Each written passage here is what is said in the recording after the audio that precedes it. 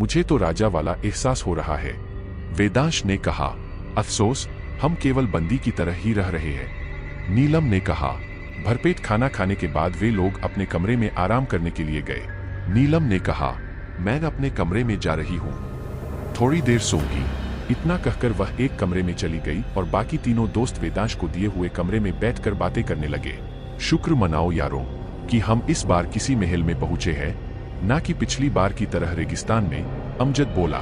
हाँ यार, वहां तो ना आराम था और ना खाना, रघु अमजद का साथ देते हुए बोला। वे दोस्त बातें कर रहे थे कि तभी रघु की नजर कमरे में बनी एक तस्वीर पर पड़ी जो कि हलचल कर रही थी। इस तस्वीर में एक पहाड़ और नदी का दृश्य था जिसमें नदी का पानी बहता हुआ दिखाई दे रहा था। रघु वो हलचल देख घबरा गया और एकदम उठ खड़ा हुआ और तस्वीर की तरफ इशारा किया। वेदांश और अमजद ने उस तस्वीर की ओर देखा, लेकिन अब तस्वीर पूरी तरह से स्थिर थी। यार, इस नदी का पानी अभी बह रहा था, तुम दोनों ने देखा तो रुक गया, रघु घबराता हुआ बोला। तेरा दिमाग खराब है, तस्वीर बिल्कुल ठीक है, अमजद ने उस तस्वीर के पास जाकर बोला।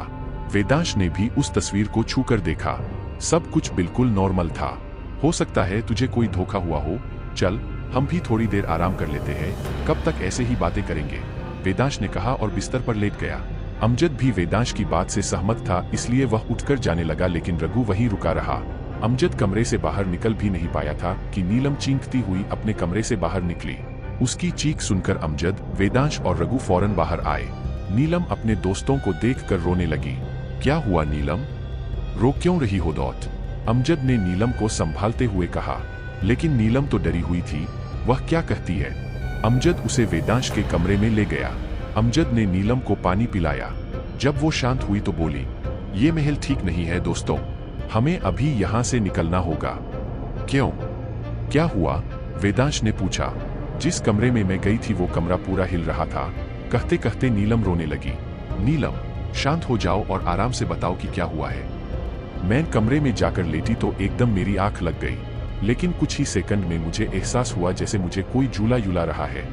धीरे धीरे मेरा हिलना तेज हुआ तो मेरी आंख खुली, फिर मुझे पता चला कि मैं सच में ही हिल रही हूँ। मैं ही नहीं बल्कि पूरा कमरा हिल रहा था। मैं इतनी देर में कुछ समझ पाती कि मेरे सामने लगी एक तस्वीर से एक आदमी जो कि एक शिकारी था, वो उस तस्वीर से निकलकर मेरे पास आने लगा। ये सब देखकर मैं डर गई। मैंने अपने बिस्तर से उठना चाहा तो वो शिकारी मेरी ओर बुरी तरह झपटा और मेरे साथ बदतमीजी करने लगा। मैं उसे धक्का देकर आई हूँ। वेदांश गुस्से में अपनी मुट्ठी भींचने लगा। वह गुस्से में नीलम के कमरे में जाने लगा। नीलम ने उसे रोकना चाहा, लेकिन उसने नीलम की एक नहीं सुनी। अमजद वेदांश के पीछे गया। वहां जाकर देखा तो सब कुछ नॉर्मल था। वे लोग वापस आने लगे और तभी अमजद की नजर उस तस्वीर पर पड़ी जिसमें एक शिकारी था, लेकिन उस शिकारी के सिर पर खून के धब्बे थे। अमजद ने वेदांश को वो तस्वीर दिखाई। अब इन्हें समझते देर नहीं लगी कि वह आदमी वापस इस तस्वीर में जा चुका था। वेदांश ने उस तस्वीर को तोड़ दिया और गुस्से में सीधे नीचे गया। अमजद भी उसके साथ ही गया। कशारा कशारा, कहा हो डॉट, बाहर निकल कर आओ। वेदांश जोर जोर से चीख रहा था, लेकिन शायद उस समय महल में कोई नहीं था, इसलिए कोई भी बाहर नहीं आया। वेदांश और अमजद महल के बाहर गए। वहां कोई नहीं दिखा, ना कोई सिपाही ना कोई अन्य व्यक्ति।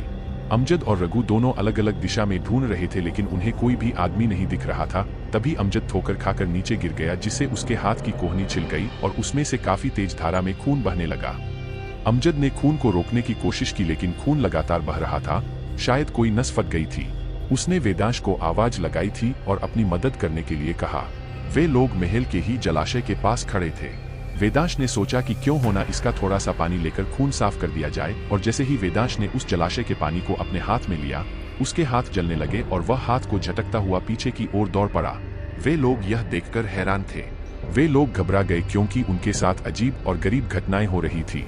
वेदांश का गुस्सा सातवें आसमान पर था। वह वापस महल में गया और महल का सामान इधर उधर गिराने लगा और जोर जोर से चीखने लगा। उसकी आवाज सुनकर कशारा तो बाहर नहीं आई, लेकिन महल के 2 नौकर और राजा एडोनिस बाहर आए। क्या हुआ, इतना चीख क्यों रहे हो, राजा एडोनिस ने पूछा। चीखूं नहीं तो और क्या करूं, तुम लोग हमें मारना चाहते हो क्या, इतने गुस्से में कहा। लेकिन हम तुम्हें क्यों मारना चाहेंगे, राजा एडोनिस ने पूछा। क्योंकि शायद तुम हमें गलत समझते हो, तुम्हें हम पर यकीन नहीं है, अमजद ने पीछे से आकर कहा। हुआ क्या है वो बताओ, इस तरह से मुझे आवाज क्यों लगा रहे हो, कशारा ने आकर कहा। आइए मैडम, आप ही है ना इस खेल की मालकिन? वेदांश ने तंज कहते हुए कहा। क्या कहना चाहते हो? साफ साफ कहो, और तुम मुझसे इस तरह से बात कैसे कर सकते हो? कशारा भी अपनी भौं ऊपर चढ़ाते हुए बोली। तभी पीछे से सहमी हुई नीलम नीचे उतरती है और उसके साथ रघु भी था। कशारा और एडोनिस नीलम के सहमे हुए चेहरे को देखकर थोड़ा घबरा जाते हैं। तुमने हम चारों को अलग अलग 4 कमरे क्यों दिए? ताकि तुम हमें मार सको? वेदांश ने कहा। मैं तुम्हें क्यों मारूंगी? कशारा ने पूछा। यही तो हम जानना चाहते हैं। तुम हमसे चाहती क्या हो? तुमने अपने पिताजी को भी हमारे खिलाफ चढ़ाया। तुमने उनसे यह क्यों कहा था कि वह हमसे चौकन्ने रहे? वेदांश ने कहा। क्या तुमने हमारी बातें सुनी थी? कसारा गुस्से में बोली। हाँ, अब बता भी दो, आखिर हमसे तुम लोगों को क्या खतरा है? वेदांश ने कहा। एडोनिस और कशारा एक दूसरे का चेहरा देखने लगते हैं। एडोनिस उन चारों को एक जगह ले जाता है जो कि महल के पीछे बने एक दूसरे महल में थी। वह एक गुप्त जगह थी, लेकिन बहुत विशाल थी। उसे देखकर नहीं लगता था कि यह कोई गुप्त जगह है। वहां लगभग 4 से 5 सिपाही खड़े हुए थे। उस जगह बड़े और ऊंचे स्तंभ थे और आसपास पानी था। यह है एकमात्र स्थान जहां हम सब सुरक्षित हैं। राजा एडोनिस ने कहा। एकमात्र स्थान से आपका मतलब क्या है? क्या महल में हम असुरक्षित थे? रघु ने पूछा। असुरक्षित ही समझो, क्योंकि वहां जो कुछ होता है एक समय के अनुसार होता है। राजा एडोनिस ने कहा। आप हमें यह बताइए कि आखिर क्यों उस महल की तस्वीरें सजीव है और उस जलाशय का पानी तेजाब जैसा तेज क्यों है? फ्रांस ने पूछा। बताता हूँ। राजा एडोनिस ने उन सिपाहियों को इशारा करके वहां से जाने के लिए कहा और कशारा की ओर देखकर बोले, बेटा जाओ, वह किताब लेकर आओ। कशारा वही किताब, अटलांटिस वर्ल्ड, जो कि इन दोस्तों को मिली थी, लेकर आई।